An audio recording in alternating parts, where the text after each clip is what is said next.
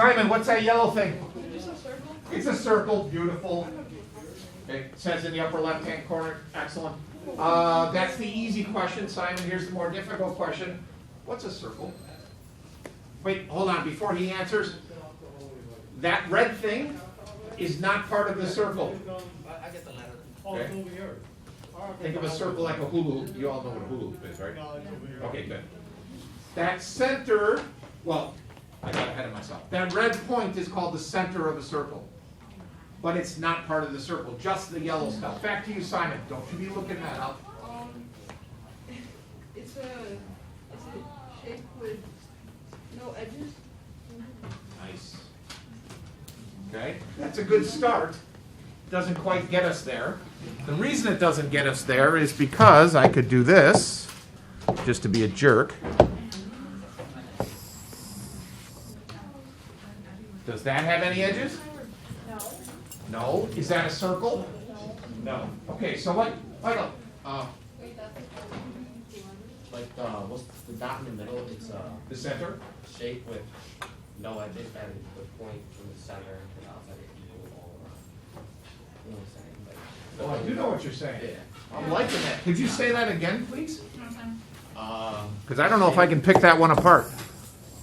a shape with no edges that is the same. It seems from this.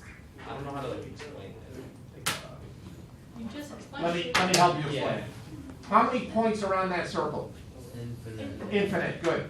And what's true about, excuse me, what's true about every point on that circle?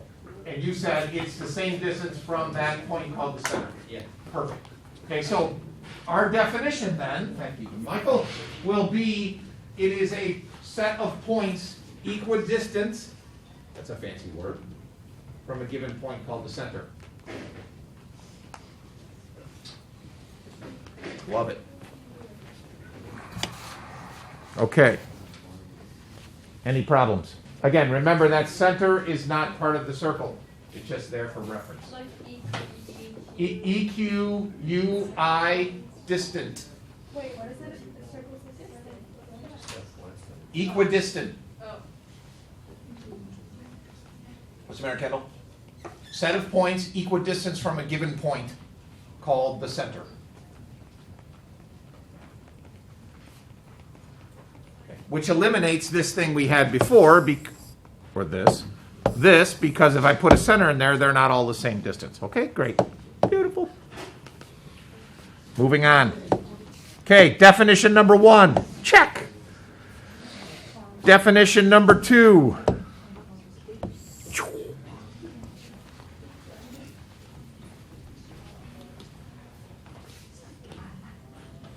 That's your change. I can't cope right now. It's freaking me out. They switch seats, you guys switch seats, next thing you know, it's total havoc. It's unreal. Lucy, what is that red thing? Oh, there's it's no, what's it called? The circumference? Nope, Radius. it is the radius. Lucy, what is a radius? The distance from the center to the outside. No. You just defined the numerical value, which is true. It is the distance from the center to the circle. But what is this physical object? Whoa. You understand the difference here? I'm asking you to define what makes up that guy right there. What is it?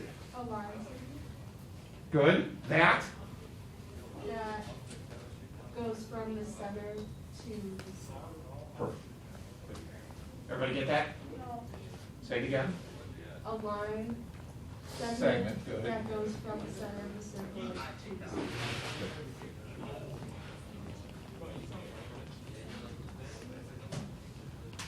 Two definitions down. We're rolling right along. This took fifth period like 30 minutes. They're not the sharpest tools in the shed. You know what I'm saying?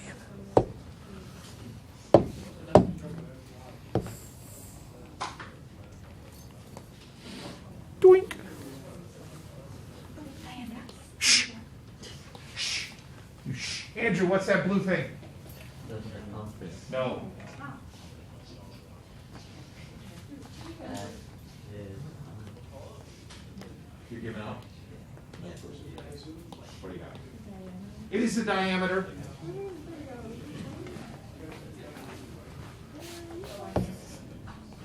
Stop it. No, not you. I'm talking to myself. Okay, so many questions involving the diameter. First of all, what's the relationship between the blue segment and the red segment?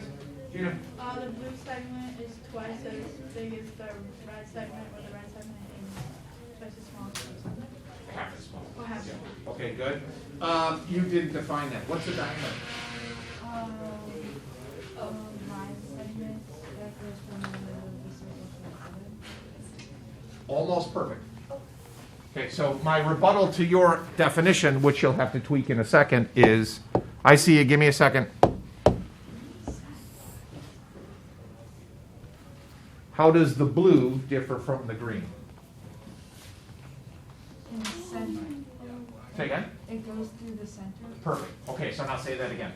A line segment from one end to the one end of the circle to the other end. That's not what you said. It's not? No. You said a line segment that goes from one point on the circle to another point on the circle. There's a difference. Through the center. Through the center. Perfect. Okay. Somebody was waving their hand in the air like they just don't care. Was that you, Riley? Yeah, What are you looking for, mice? No, this outlet doesn't work. I know. Is that why you switched seats, because you're trying to charge your iPad? Yeah. You can sit on the floor up here. I'm just kidding. You could go sit over there. You ask Michael to move across and sit over there. Okay.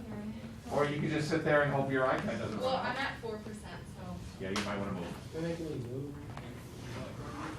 Do you have Oh, I know. Are you gonna be okay? You want me to go get your granola bar? Or you're gonna expend so much energy moving 6 feet. Pace yourself. It's okay. Did you stretch out? I did a few stretches. Are you picking up on the sarcasm, by the way? Yeah. Good. Okay. Well, now that it's up there, what's that green thing? Yeah. A line segment that connects one side of the circle to another. Oh, we don't want to use sides because the circle doesn't have any sides. A line segment that connects one point to another without going through the center. Without going through the center. Yes. Okay, do you know what this thing is called? No, I don't actually. Anybody know what it's called? It's called a chord. Chord. Yep. Like a chord. Like it, but it's different. Wait, what? Good. What's the definition, Rhea? A line segment that goes. A line segment that connects one point of the circle to another without going through the center. Okay, so now we have to have an argument. Here we go.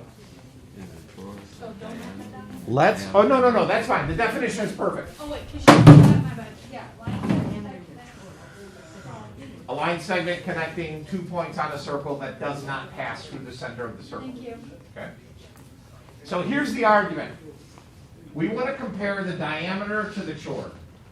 And there's two schools of thought. There is no correct answer here. It's just a matter of what do you all want to do. Okay. So one school of thought says that a diameter is a segment that connects 2 points on a circle passing through the center of the circle. That's fine, that doesn't change. What can change, however, is the definition of a chord. We can include your definition saying it does not pass through the center of the circle and keep those two things completely separate. Or we can make it so that we have the golden retriever dog relationship. And that a chord just connects 2 points on a circle. In other words, a diameter is a chord, but not a chord doesn't necessarily need to be a diameter. I'm okay with either one. You can keep them separate, you can put them together. Does everybody understand the dilemma here? But If I slide that chord over so that it passes through the center of the circle, it all of a sudden becomes a diameter. Does it stop being a chord? That's the question. But then So- that's so are you- That's because short isn't best. So are you arguing then that that blue segment, the diameter, is not a chord? It's not. No. It's not. Is that what we want to go with? Yes. Okay. So you're good? You're okay with that? And the chores. All right. So then, Again, a diameter is a segment, a line segment that connects 2 points on a circle passing through the center. A chord is a line segment that connects 2 points on a circle that does not pass through the center. So we don't have the golden retriever dog relationship. Not at all. Beautiful. Okay, good. Let's see, we're doing okay so far. We got that, we got that. What's next? No, not yet. Four definitions. More definitions. Let's do this guy.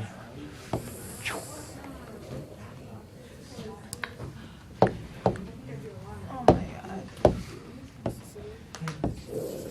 This is going to bother some of you. You'll see why in a second.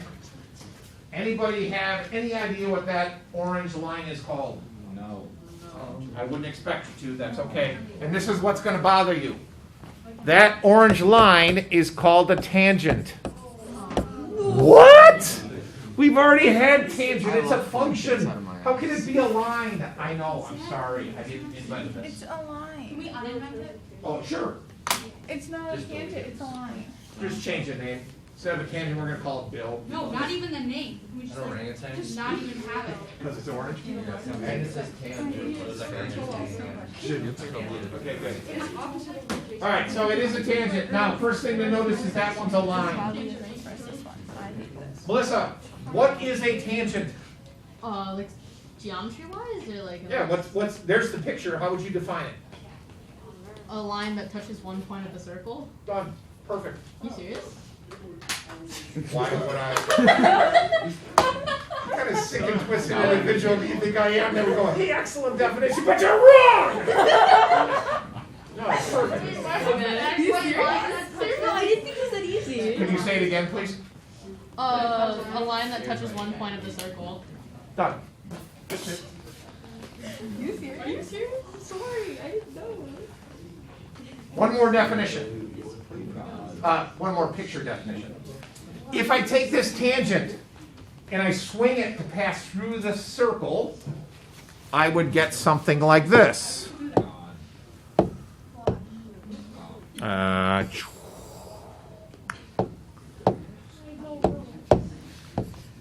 Okay, notice, hits in 2 points. Now, you can think of this gray line as being something different, or you can just think of it as I took a chord and turned it into a line. This thing is called the secant. Oh, great. S-E-C-A-N-T. A secant line. Melissa, what's a secant line? A line that touches 2 points of the circle. Perfect. What'd she say? A line that touches 2 points on a circle. We have a line that touches a circle in 1 point. We have a line that touches a circle in 2 points. What would you call a line that touches a circle in 3 points? Tricant. No, impossible. Can't do it. Oh yeah, right, sorry. Can't you make a Then it's not a line. Stop it. Put line Hey, you good? Therefore, I'm not a line. Get it? That's why it can't be a line. I know somebody used the following term. I don't remember who it was.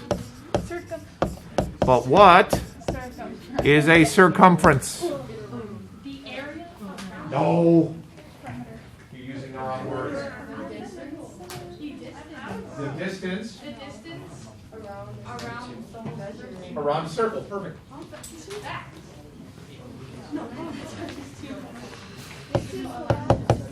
Distance around. Oh, by the way, you remember we're all mathematicians now and we're lazy, so I don't want to keep writing out big words. So there's the symbol for circle.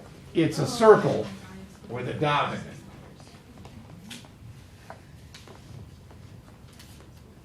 Oh, also, how are we going to name a circle? You name it by the center, which is kind of goofy. In other words, I already said the center is not part of the circle, but we're going to name the circle by the center, which is not part of the circle. That makes no sense. But that's how it rolls. I mean, So that would be the circle X. Okay, fun question next. What's the difference between circumference and perimeter? Kendall, Perimeter is like sides of shapes. I mean, what? Whoa, a side. you got it. Whoa, I just. You got this. Come on, deep breath, focus, eyes on the prize. Come on. You got it, Kendall. It's like with sides.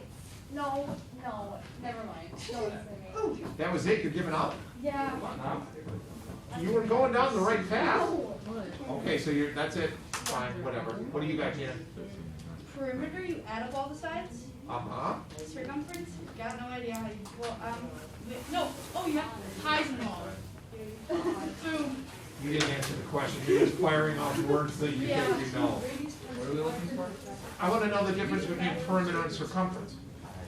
Oh, Perimeter applies to quadrilaterals and other shapes that have points. That's what I meant to say. Yeah, how many sides does that circle have? No. 0. Or, well, here's another argument we can have for 20 minutes is, does it have 0 sides or an infinite number of sides? Infinite. Zero. 0. We're going to go with 0 so nobody's head explodes.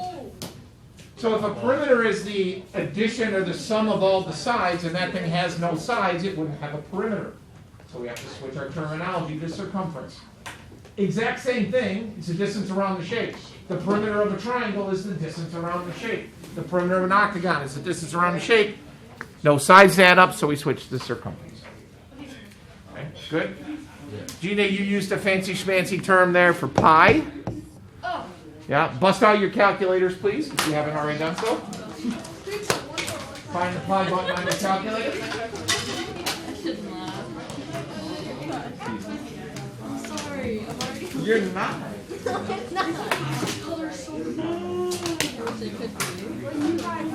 Okay, so when you hit the pi button on your calculator, it displays 10 digits of pi. There are a couple things about pi that are important. Number one, that is not the value of pi. That is the value of pi on the board. Pi is a weird number in that it goes on forever and it never repeats. So when you say things like, well, pi is 3.14, that's wrong. When you say things like pi is 3.141592654, that's wrong. Pi is pi.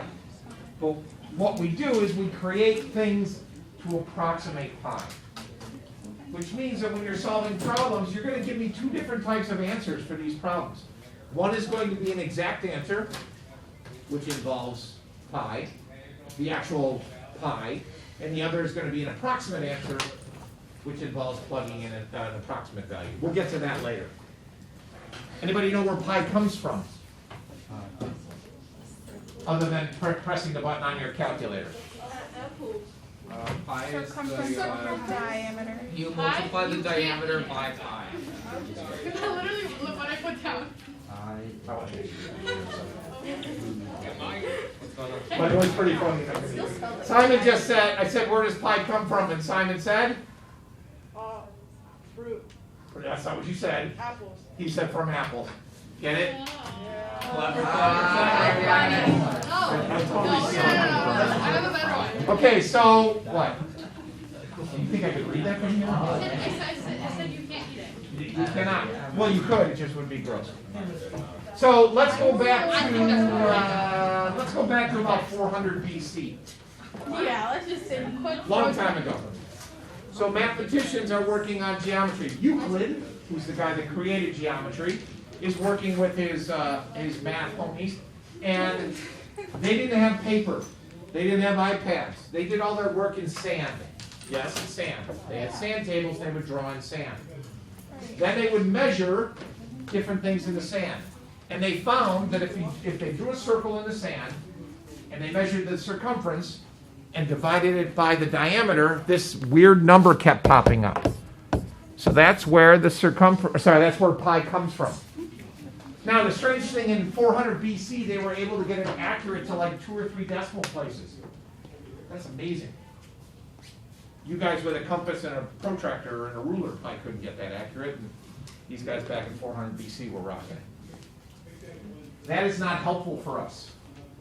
What would be helpful for us is if we do a little bit of algebra, and we get that the circumference is equal to d pi, diameter times pi, or circumference is equal to 2 pi r. R is radius, D is diameter. Capital C is circumference. You've probably seen that formula before, yes? Yeah. Beautiful. Okay. I will put a rectangle around it because it's kind of important.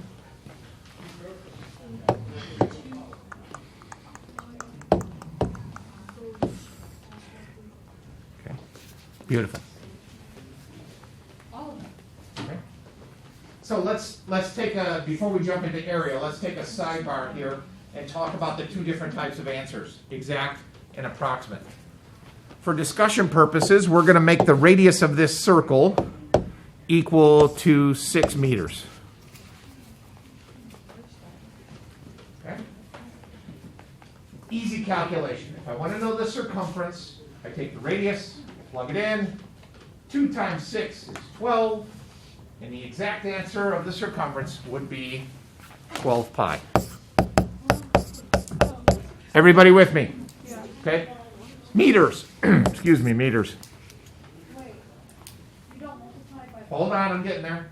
That's the exact answer. That's not very practical, though. I mean, how long is 12 pi meters? I have no idea. Practicality would say, let's take an approximate answer. So when you do an approximate answer, you're going to use the pi button on your calculator, not 3.14. So do that. Take 12 times pi in your calculator and tell me what the answer is. 37. Bradley. 37 point. 0.699111184. Okay, so we'll go to 2 decimal places. How would you round that to 2 decimal places? 37.7. 2 decimal places. Yeah. 7 what? 70. 70. Gotcha. Okay.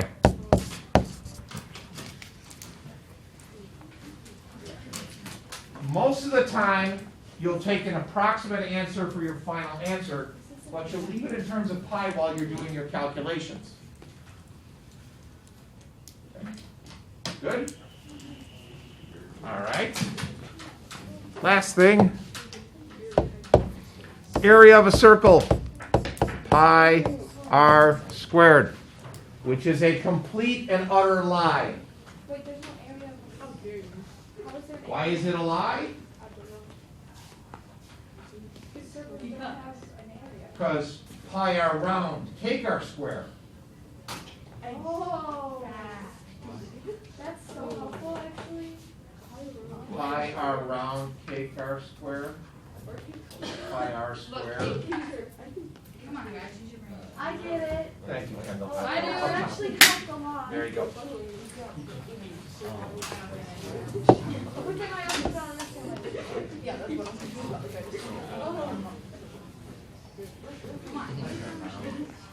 All right, be good. Any questions on any of the dunk on the first screen? Yeah. Yes. Why Go. is there an area if there's no? Because, Like. It's the stuff inside. Oh. Oh. Yeah. Okay. All right. Now, the next slide, we're going to do some calculations, and there's going to be 2 main methods that we use when we're doing area problems: the subtractive method and the addition method, or additive method, or subtractive method. So this problem, when we get to it, is going to involve what's called the subtractive method. I'll get to that in a second. The other type is what's called the additive process. So let's suppose I want to find the area of this figure, which is a square with a semicircle on top of it. How would you find the area? Easy peasy. Find the area of the semicircle, find the area of the square, add the 2 up. Make sense? yeah. Good. Take a figure, break it into chunks that you can work with, find the area of each part, add them all up. So we're good. That's usually the easier one for people to visualize. This big thing over here, we're going to use the subtractive method, and that involves finding the area of one figure, finding the area of the other figure, and subtracting them. So notice that pink region that we're going to find the area of is outside the circle but inside the square. Okay, we good? Oh. Good. I see it. All right, we're going to start by finding the area of the circle. since I know the radius there. Area equals, by the way, I would get in the habit of when doing area and circumference calculations, for a while at least, write the formulas to start the problem. That'll help burn them into your brain.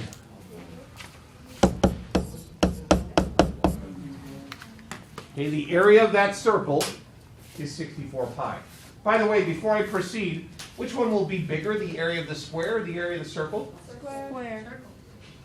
Square. Which one? Square. The square is bigger because it's on the outside.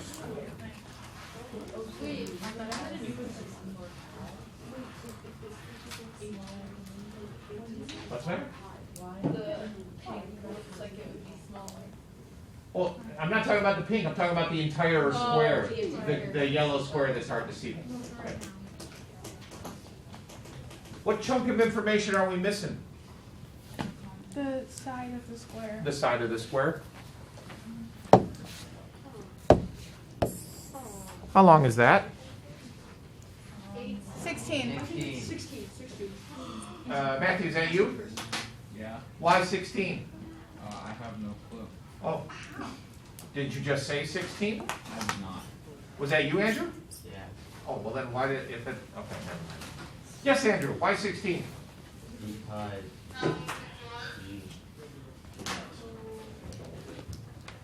Go ahead. because the diameter is 16, or the diameter of the circle is 16, and I don't know. Anybody confused why it's 16? No. Really, you're confused? No. I don't know why you were raising your hand when I asked if anybody's confused. Oh, I get it. It's because you're taking the radius squared, 8 squared is 64. Yeah, this On the this radius can go anywhere. I chose to write it there purposely, but I could easily just take it and, whoops, not that. Holy smokes, this guy's a rookie. There we go, and then take that, and then whoop, I could put it up there. And if I put it up there, you can see that that's half the distance. So I double it, and I get 16. Nicole, you got it? Beautiful. Okay, so that's 16. By now, you should all be able to find the area of a square, which is 16 squared, I believe is 256. Okay? So therefore, using the subtraction method, I'm going to take the bigger figure, which is the square, subtract the smaller figure, which is the circle, and I got my area. So the area of that pink area will be 256 minus 64 pi. Whoops. 64 pi. If you get a negative answer, you did something wrong. We cannot ever have negative area. Not until you get to calculus. If that's the exact answer, can somebody please tell me the approximate answer? 0.93. It's 9.4. Ooh, 9.4. Centimeters squared. If I don't give you units, then you just use the letter U or U squared.